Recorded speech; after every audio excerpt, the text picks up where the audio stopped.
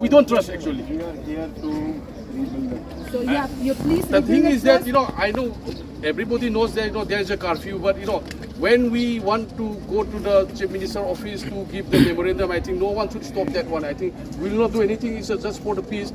We want to show that, you know, being Yaripok people, we also want everybody in the Manipur to know that Yaripok is also part of the Manipur, and we are part of the, you know, these issues also. We are supporting every incident, every happening, what's happening in the Manipur also. That's what we want to show. But you stop, that's fine, no problem. But please, this memorandum should reach to the Chief We Minister. will ensure that it reach. And I also want to add, Yaripok people, here are sisters, mothers, brothers are there. You people are peace loving. There are certain elements who wants to create trouble. Yeah. And if when you are coming, and if those elements join you, who is going to get the bad name? Yeah, that's fine, but, you know, we cannot control everyone also. This is What I'm emotion. saying. That's what I'm saying. We have to redirect the emotion. We didn't stop you. We redirected the emotion towards a constructive. This will reach CM sir. Right. This is my assurance, and we will take it because my son is also 2.5 years old. They are not only. That is the emotion we have. We all have It's to my feel son that, also. yeah. It's my son. It's my daughter. We have Every been now fighting. and then, if We these have things been are fighting. happening, then, you know, we want to die in one go. That's what we plan. You know, every now and then, you know, if there is no death, there is no action. So we always have to wait for the death. Hey.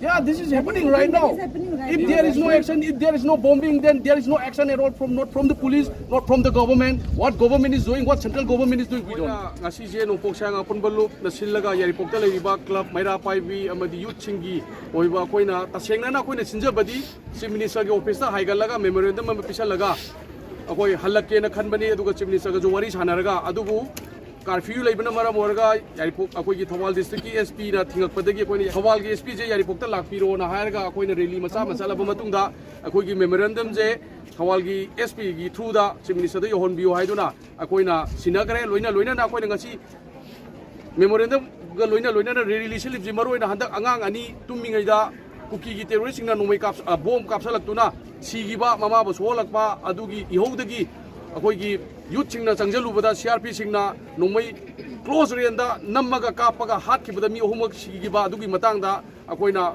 sinjaba rally loina na akoi gi memorandum pisan na hona bani maroi na akoi na sida haining je akoi sum siba je sum ngai radara sum siba kudingi irang thokpagi sum sapta leire aduna akoi siba ngai bagi muta akoi ji hatpiro natraga na koi kaigumba hataba taragadi koi mafam amda thajan biro aduga akoi थेंनाबे आबा थेंनारगे हाइना कोई Yaripok ta leiriba club maira paibi na ha singje koi thoksarak pani ta sengna maram de koi siba kiraktre sum kuki na hatpa ngai ge bi soruk ti akoi thoga angamba lan thengna bu oiro government bu thubai bu oiro akoi tawwe aba thapuk tu tawrage na tholak pani adubu curfew leibana police ki keno ma'am ni henba de koi haiba thawak thorom du akoi pangthokpa ngamjodre aduna akoi na memorandum pisan gare adubu akoi gi chilong sing maira paibi sing akoi thona haloji akoi Khongjangji mihat pasingje puthokri phawba aduga government loina na central government na atu matamda action lobirakuna irang aji phajana solve tawna bona draba kuki gi terrorist sing aji NRC tawraga mapanda takthokri bokti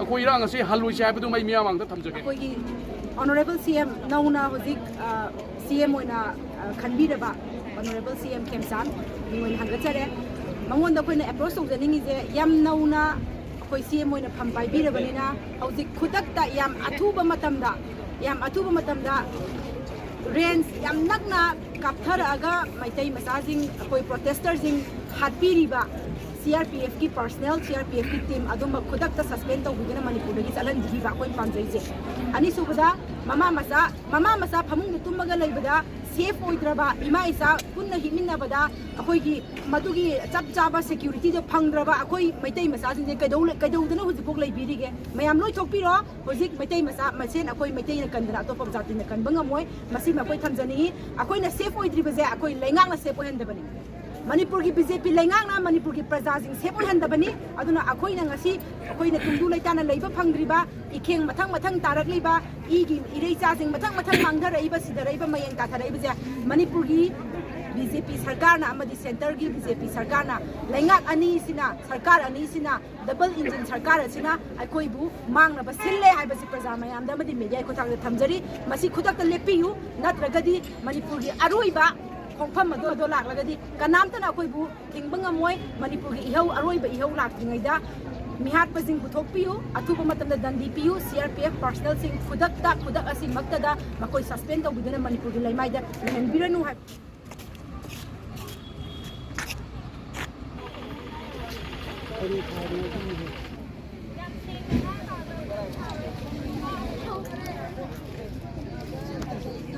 Money,